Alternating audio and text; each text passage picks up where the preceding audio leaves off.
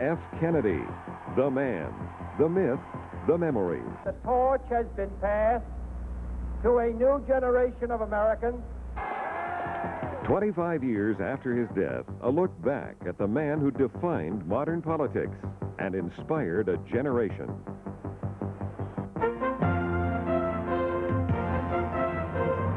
The Journal with Knowlton Nash reporting from Washington. John F. Kennedy is best remembered as a martyr. The trauma of his assassination is deeply etched in the memories of all those who were alive on that day 25 years ago. For many Americans, November the 22nd, 1963 seemed to mark the end of a golden age, an age of hope, prosperity at home, better prospects for peace in the world. And that day also marked the beginning of a powerful myth, the legend of Camelot. But behind the myth, the legend, John F. Kennedy was a remarkable political figure. With his eloquence, his youth, his charisma, he broke new ground in terms of what it means to be a political leader. And he revolutionized the whole business of politics, not only in the United States, but around the world. His 1,000 days in the presidency began here on the steps of the U.S. Capitol. I, John Fitzgerald Kennedy, do solemnly swear That you will faithfully execute the office of President of the United States. that I will faithfully execute the office of President of the United States. Kennedy was a phenomenon. You have to remember that there was a whole generation of people who had never seen a young man like this run for president before, who was lucid, who was saying things that they understood, who was giving them hope for the future. Let the word go forth from this time and place to friend and foe alike that the torch has been passed to a new generation of Americans. He became the first world leader of our generation in a period when you had Khrushchev, Churchill, de Gaulle. And it was just a fantastic worldwide reaction to this fellow. And so, my fellow Americans, ask not what your country can do for you, ask what you can do for your country. He so much made the public service, the government, a center of excitement, a center of purpose. I use the word love with caution. I was a little uneasy when I put it at the bottom of the letter, but we loved Kennedy.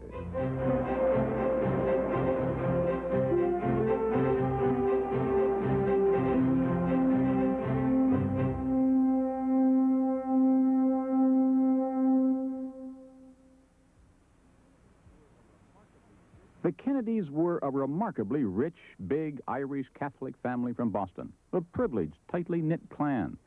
Patriarch Joe Kennedy was a tough old buzzard who commanded his children to succeed. He was determined that Kennedy would one day be president. But as a young man, John Kennedy had other things on his mind. I saw him as a charming young man deeply concerned with his social life, a very casual student.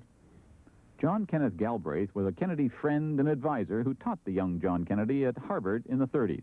But he never could see him then as a future president. I would like to think that I have a breathtaking imagination, but it didn't reach to that. World War II changed all that. Kennedy joined the Navy and became a PT boat hero in the South Pacific. With a medal for bravery, his father's money, and his own good looks, he was a natural for politics, and he began to fulfill his father's dream. The steely determination and ambition of the father now came out in the son as he campaigned for and won a seat in the Congress. 6 years later, Congressman Kennedy became Senator Kennedy from Massachusetts. As the most eligible bachelor in the Senate, Kennedy married into high society when he wed the aristocratic Jacqueline Bouvier. Her gentility was a perfect foil for his tenacity. His popularity grew, and so did his ambitions, as his eyes lifted toward the White House. He had everything an ambitious politician could ask for, or so it seemed. But there was a secret shadow over Kennedy, his health. Despite his robust appearance, sickness had been a problem since childhood, compounded by football and wartime back injuries. A couple of times, he nearly died. he was in constant pain, dependent on painkillers and sometimes crutches. It was, throughout his life, a liability. He was ill from childhood on. The public did not have much of a sense of the pain. The Kennedy campaigning on crutches, for example, was not familiar to the public. American historian Herbert Parmet has written extensively about Kennedy's personal and public life. It was a serious personal problem, more than the conduct of the presidency. He was, for a long time, in almost constant pain. He did not show that. He was pretty stoic about it, and one had to be very close to him to know that he had that pain. But pain would not stop him in his determined march to the White House, nor would worries about being too young or too Catholic. To the Democrats choosing him as their presidential nominee, he was the hero, the political giant killer. The tranquil 50s were over. Americans faced a challenging new decade, a more sophisticated, technological era. They looked expectantly to the 1960 election for hope and renewal. From Manhattan to Factory Gates, John Fitzgerald Kennedy symbolized the new generation as he campaigned for the presidency. He was something different in American politics, a politician who combined charisma with sex appeal, and a candidate who promised a new frontier.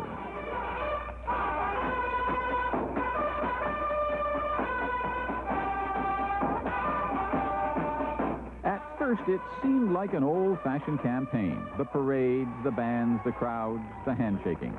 But in fact, something new was happening. Television. It was the dawn of television politics. Good evening. The television and radio stations of the United States and their affiliated stations... This was the first television debate of presidential candidates, and the outcome would be crucial. Suddenly, television became the decisive factor in American politics. One witness to the 1960 TV debate was Democratic political consultant David Garth, the professional manager of politicians. On that tight shot, which is what politics is all about, you felt that he was in your living room, maybe even in your bedroom, if you have a television set in there, and that he was relaxed, he was comfortable, and he looked comfortable with himself, and that translates into confidence. And someone who's very stiff looks at the camera, stares at the camera, and you see the sweat pouring down their faces, you did with Richard Nixon. So I think that there was a kind of a confidence, a joie de vivre, there was a whole atmosphere about the man that we all liked. Less than 100 people. 70 million Americans were watching. Never before had any nation had such a massive collective experience of political debate. Kennedy won the debate, but his aides, including his press secretary, Pierre Salinger, thought it was very close. I mean, it seemed so close. It seemed like a dead heat in that debate. We walked away. At least we hadn't lost. But we didn't have the impression we'd won. And we drove to a small town in Ohio, about 5 hours outside of Cleveland. We were going to do a motorcade into Cleveland the next day. And it was during that motorcade that we understood we'd won the debate. I mean, people were shouting, "You got him last night." And it really was fantastic. I mean, we suddenly got the impression that that debate had had a massive impact on the American people. I think without the debates, we wouldn't have won. The television debate did make the difference. Kennedy won, but won narrowly. He celebrated victory with his family and friends at Hyannisport, his father's dreams now realized. As the Kennedy clan posed for the cameras, you had a sense that a new era had begun. Overnight, they turned the White House into a showcase for the brightest and the best. Washington became a capital of glitter and glamour, replacing the drab grays of government.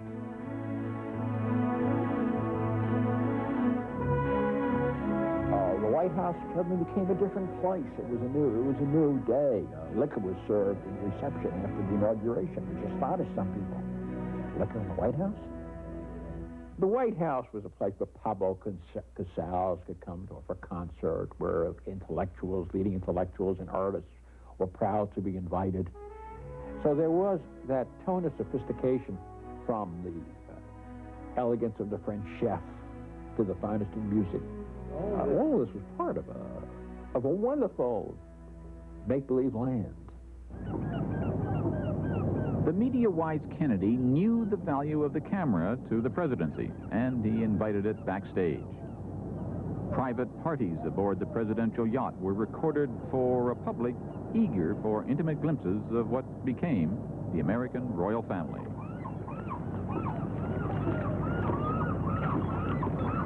That was the beauty of Jackie and the attractiveness of Jack.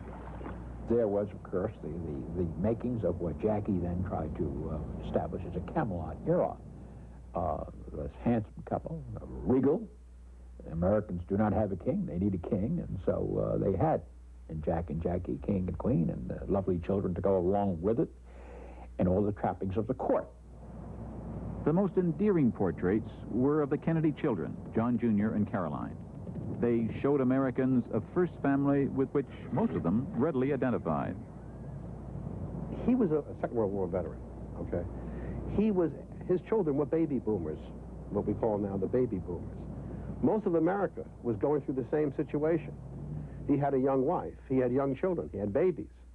And so not only were they very, a good-looking and attractive family, but also you could identify with it. And people of the same basic age, and even the grandparents. There was a humanity and a warmth about the family. Now, television does that. Before, when you had presidents, there was a photograph, there was a still. There's never, obviously, any life in that. When you see the Carolyn walking across the White House lawn, or John on his lap, I mean, I don't care what party you belong to, you can't argue with that. Nor could anyone argue about the Kennedy effectiveness at his news conferences. Every week, those of us covering Kennedy would rise as he'd come striding in, followed by his press secretary, Pierre Salinger. He was the first president to have news conferences live on television. I have two statements. The Kennedy style came through clearly. His easy self-confidence, his jabbing finger to make a point, his sure command of the facts, and above all, his quick wit. I wonder if you could tell us that the Republican National Committee recently adopted a resolution saying you were pretty much of a failure. I'm sure it was passed unanimously. Wit was natural to him. He liked to laugh. He liked to tell stories. He liked to hear stories. Ted Sorensen was Kennedy's closest advisor and speechwriter from his first days in the Senate. He could joke about himself, which many politicians cannot, about very serious situations. That endeared him to a lot of people and built those personal bonds that were very important with members of Congress, with politicians, and with foreign leaders. I am the man who accompanied Jacqueline Kennedy to Paris, and I've enjoyed it. He brought his special brand of humor to the Canadian Parliament on his first official visit in May of 1961. 1/3 of my life was spent in the Parliament of my own country, the United States Congress. There are some differences between this body and my own. The most noticeable to me is the lofty appearance of statesmanship, which is on the faces of the members of the senators, who realize that they will never have to place their cause before the people again.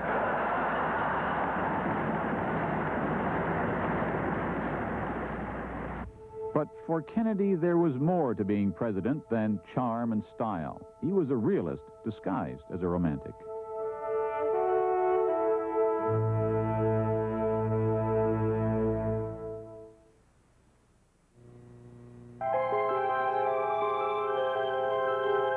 For the first time in Canada, 3 new unleaded gasoline choices are coming your way. Petro-Canada is introducing Maximum Unleaded Gasolines. 3 octane choices with superior engine cleaning capabilities for better performance. Choose regular grade Maximum, intermediate grade Maximum Plus, or our highest octane grade Maximum Supreme. Petro-Canada, bringing Canadian motorists the maximum. On the season premiere of the Emmy-winning Degrassi, will Joey survive his repeat year? Seeing how this is your second time around, why don't you try sitting at the front? And trouble for Derek Young man, do you have any idea what time it is? leaves him wondering. Carrots, you can't live with them. You can't live without them. And Spike's baby, what happened? Don't miss Degrassi Junior High at a special time Monday.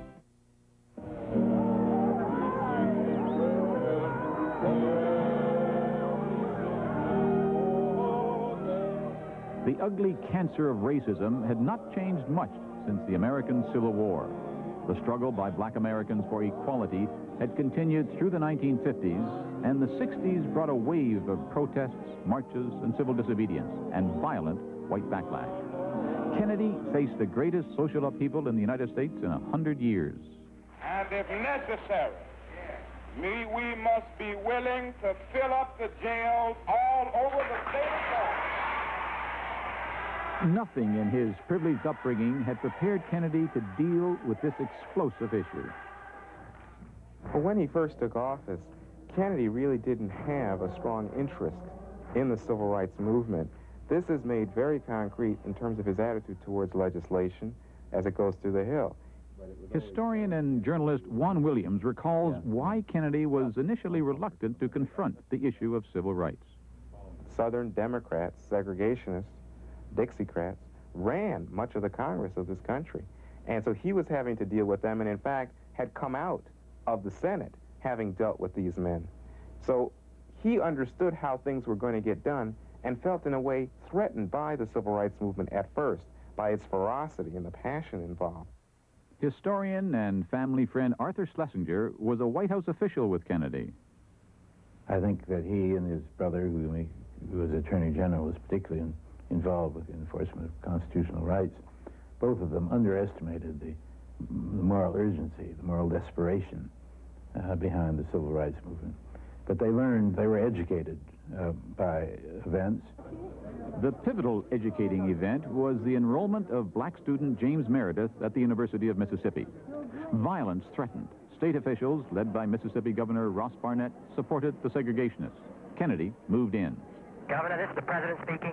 Yes, sir. Now, I know that your feeling about the law of Mississippi and the fact that you don't want to carry out that court order. What we really want to have from you, though, is some understanding about whether the state police will maintain law and order.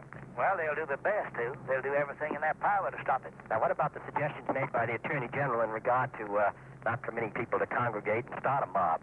Well, we'll do our best to keep them from congregating, but that's hard to do, you know. Oh, well, they just tell them to move along. Walking up on the sidewalks from different sides of the streets, what are you going to do about it? Well, now, as I understand it, Governor, you would do everything you can to maintain law and order. I'll do everything in my power to maintain order. Right now. And peace. We don't want any shooting down I here. understand. Now, Governor, what about, can you maintain this order? Well, I don't know. That's what I'm worried about. Right. You see, I don't know whether I can or not. Right. I couldn't have the other afternoon. You couldn't. There was such a mob there, it would have been impossible. Well, now, you just don't understand the situation down here. Well, the only thing is, I got my responsibility. This is not my order. I just have to carry it out. The president acted decisively when Barnett failed to prevent the outbreak of violence. He sent in the troops to stop the riots so Meredith could register and go to the university. But the battle over civil rights continued elsewhere in the South, and TV news scenes like these underlined the moral issues at stake. And when people saw the travesties taking place in Birmingham with the police dogs and fire hoses, then the climate change by the spring of 1963. Kennedy could no longer resist that moral issue. And what he did, it was with a cynical foreboding.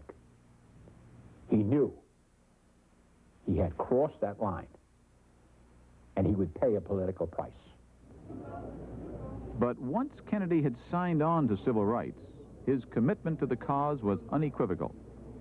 And he introduced tough new civil rights legislation. We are confronted primarily with a moral issue. It is as old as the scriptures and is as clear as the American Constitution. The heart of the question is whether all Americans are to be afforded equal rights and equal opportunities. Whether we are going to treat our fellow Americans as we want to be treated. Kennedy's civil rights bill was signed into law after his death. While civil rights was Kennedy's main domestic concern, in fact, most presidential attention was devoted to the dangerous international situation, the Cold War. When Kennedy assumed office, tensions between Washington and Moscow were at their peak. As president, Kennedy saw himself primarily as the leader of the Western Alliance. He was preoccupied, even obsessed, by Berlin, where East confronted West. We had to show the favorite word of the new frontiersmen was resolve. They had to show resolve. So they had to show resolve over Southeast Asia in order to convince the communists that we would indeed take that stand over Berlin. Kennedy's early foreign policy reflected the political pressure on him as a liberal Democrat to show he was not soft on communism.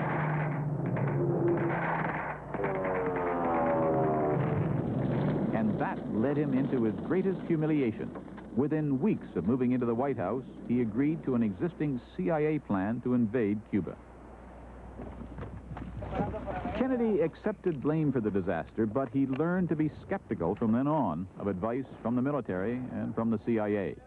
But he did allow the CIA to continue a secret war of sabotage inside Cuba. Kennedy was also determined to be strong elsewhere, even in Vietnam, where there was the beginning of what later would become an American nightmare. The military struggle has been going better than it's been going in many months. We've invested a tremendous amount of effort, and it's going quite well. We're not going to withdraw from that effort. In my opinion, for us to withdraw from that effort would mean a collapse not only of South Vietnam, but Southeast Asia, so we're going to stay there. All this was part of a Cold War buildup.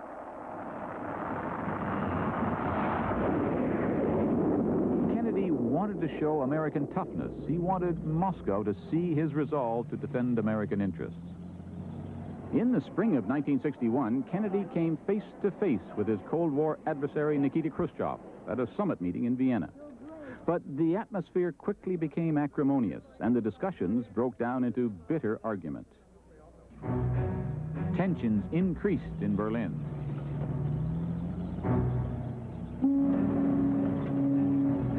Soviet and American troops and tanks confronted each other, posturing in Cold War truculence.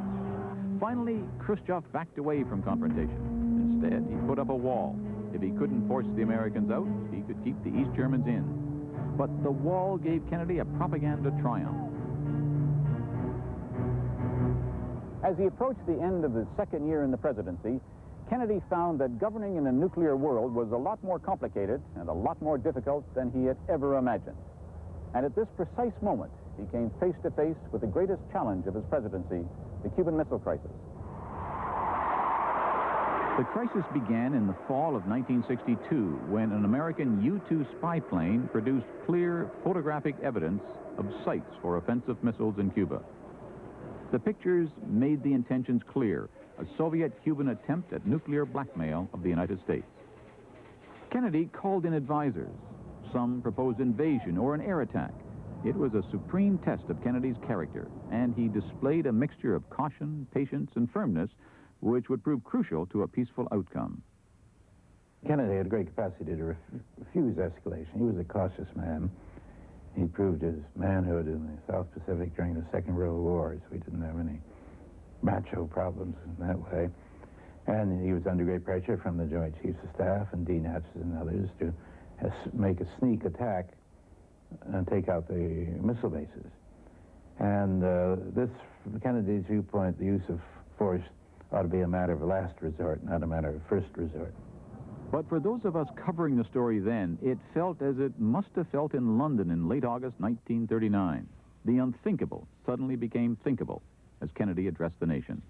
This sudden, clandestine decision to station strategic weapons for the first time outside of Soviet soil is a deliberately provocative and unjustified change in the status quo, which cannot be accepted by this country if our courage and our commitments are ever to be trusted again by either friend or foe. Kennedy imposed a blockade of Cuba to stop the Russian ships from bringing in the missiles. Day after day, the world waited on the edge. Nuclear war was closer than ever before. Finally, 13 days after the crisis began, Khrushchev backed down. It was one of the great turning points of the 20th century, and it profoundly changed Kennedy. He later reflected on the lessons he learned from the events of the crisis in this interview with the American television networks. Well, it's difficult. I think looking back on Cuba, what is of concern is the fact that both governments were so far out of contact, really. I don't think that we expected that he would put the missiles in Cuba because it would have seemed such an imprudent action for him to take, as it was later proved. Now, he obviously must have thought he could do it in secret and that the United States would accept it. I think during the missile crisis, Kennedy and Khrushchev both looked down the nuclear abyss, so to speak, and didn't like what they saw, and they came away with this reinforced, even more intense determination to do something to bring the nuclear arms race under control. 3, 2, 1. The nuclear testing and buildup had dominated American military policy since the end of World War II. But Kennedy had been scared by the missile crisis, and Khrushchev had too. With Cold War pugnacity still dominating Americans, Kennedy took a political gamble. He wanted a nuclear test ban treaty, and he laid out a far-reaching change in American foreign policy in a June 1963 speech in Washington. But I also believe that we must re-examine our own attitudes as individuals and as a nation. For our attitude is as essential as theirs. And every graduate of this school, every thoughtful citizen who despairs of war and wishes to bring peace should begin by looking inward, by examining his own attitude towards the possibilities of peace, towards the Soviet Union, towards the course of the Cold War, and towards freedom and peace here at home. Overnight, the Cold War began to thaw. Within 2 months, Ambassador Averell Harriman came back from Moscow with a treaty banning nuclear tests in the atmosphere, the first step towards détente. For John Kennedy, it represented a breathtaking change from the Cold Warrior who'd been sworn in 2.5 years earlier. This treaty is not the millennium, but it is an important first step, a step towards peace, a step towards reason, a step away from war. John F. Kennedy left a lot of other memories.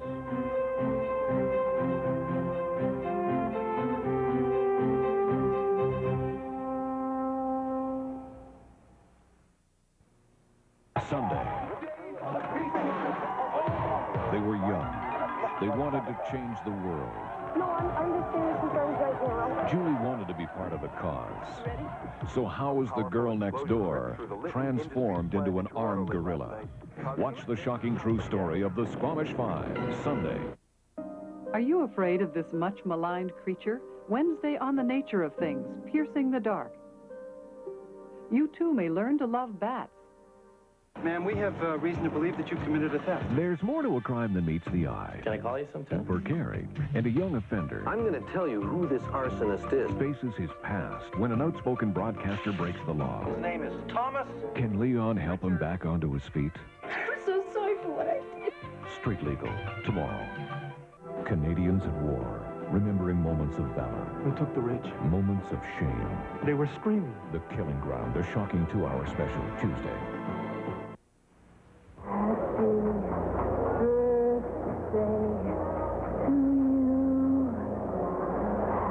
birthday to you.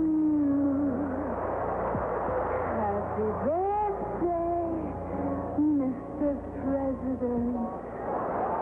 Many memories of John Kennedy have been rekindled in recent years, a lot of them stories about his sexual escapades, including an alleged liaison with Marilyn Monroe. I can now retire from politics after having had happy birthday sung to me in such a sweet,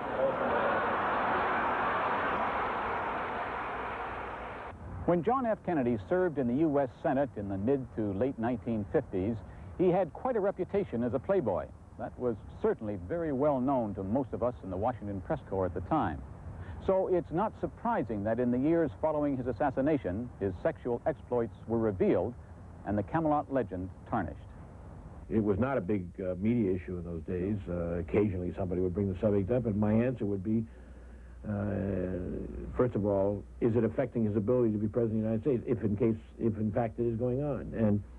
And if a fellow works 14, 16 hours a day running this country and still has strength and time to make love, I don't see that that's really a big problem. If one were to keep box score of his encounters, it would look like a slugfest took place. So that I would not I'm not surprised at anything anymore that I hear. The important thing, however, was whether or not it impeded the conduct of the presidency. There's no evidence that it did. Pressurization. Clock's taking. You are go. Water system. Godspeed, John Glenn. Liftoff.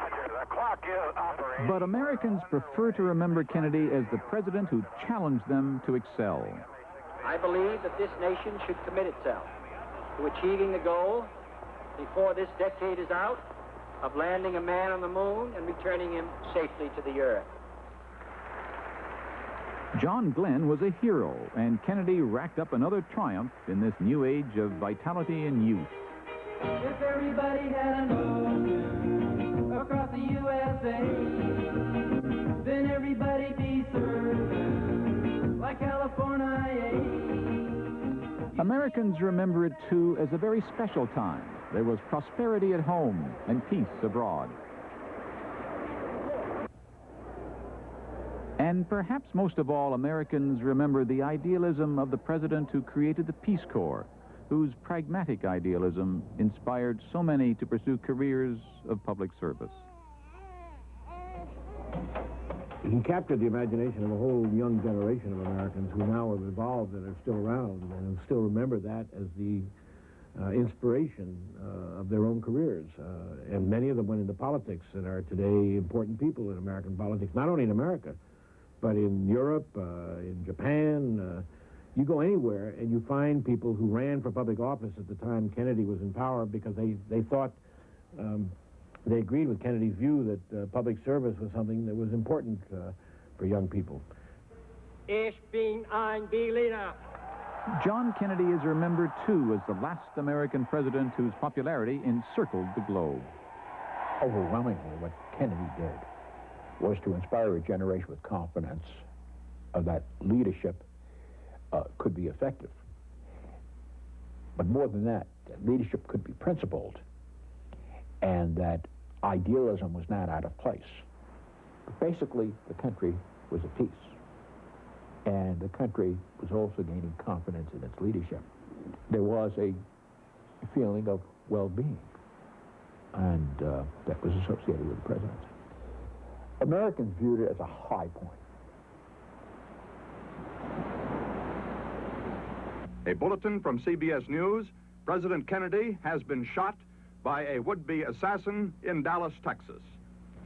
From Dallas, Texas, the flash, apparently official: President Kennedy died at 1 p.m. Central Standard Time, 2 o'clock Eastern Standard Time, some 38 minutes ago.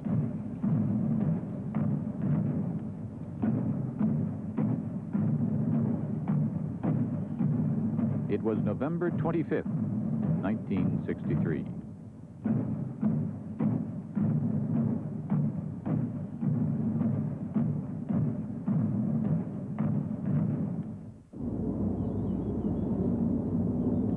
And if we cannot end now our differences, at least we can help make the world safe for diversity. For in the final analysis, our most basic common link is that we all inhabit this small planet. We all breathe the same air. We all cherish our children's future. And we are all mortal. For the Journal, I'm Knowlton Nash.